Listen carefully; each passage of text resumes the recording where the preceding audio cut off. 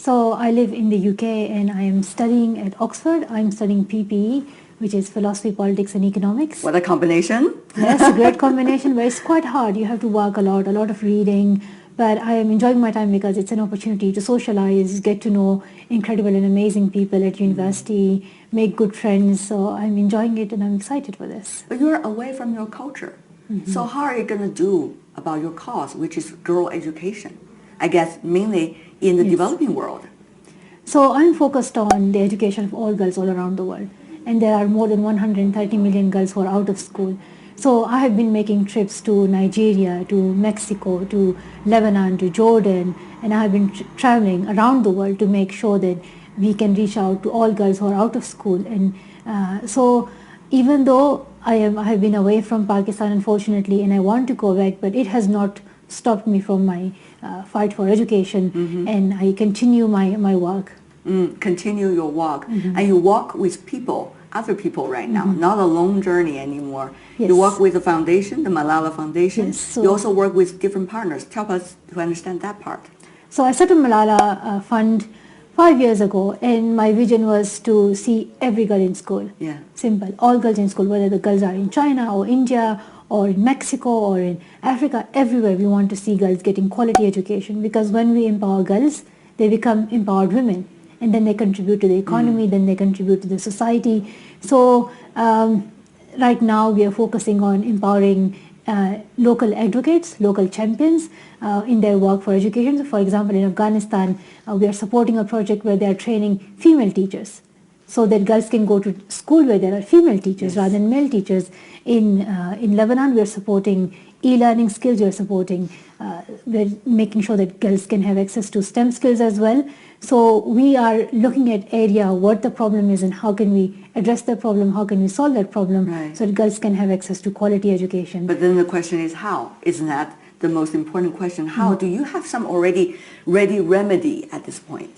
So we are supporting local partners. We are giving them grants, we are giving them supports. We are also helping them in their advocacy. So we are doing advocacy in the countries, we are doing advocacy globally as well. Have you met some of the girls that your cause is supporting? Definitely. Just Tell a me week about ago. them. So just a week ago, I was in Lebanon, Yeah. and I visited one of my projects that we are supporting, and we were in this room of 12 girls, and they were all Syrian refugees, and I asked those girls what their dreams were, and one girl said she wants to become an architect.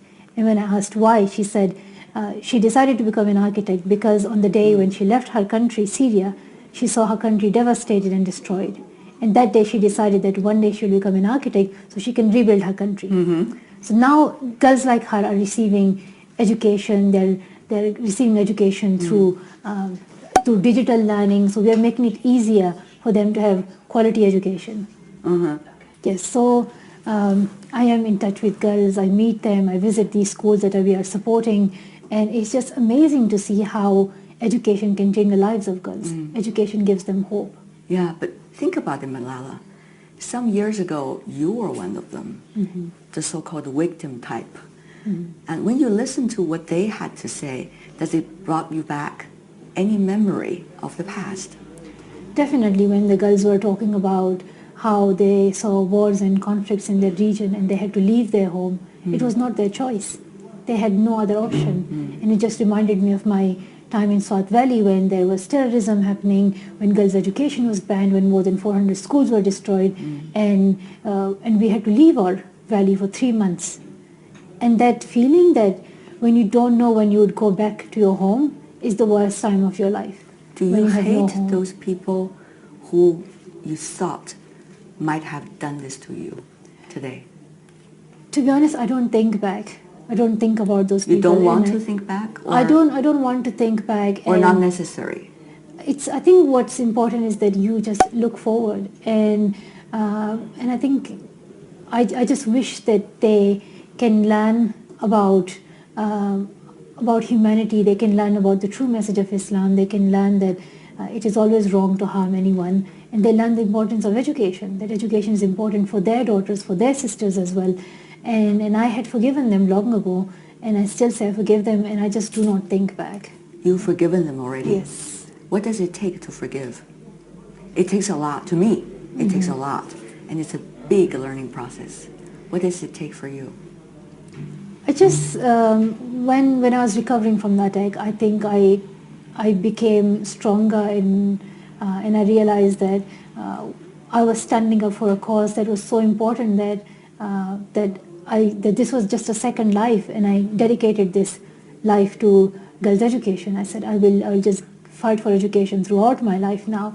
So I just don't think back, and I don't think about the attack, and I just feel like it just never happened. I just ignored for a second that it just never happened. Because it will make you more comfortable, or make you feel safer, or you think it's not relevant anymore?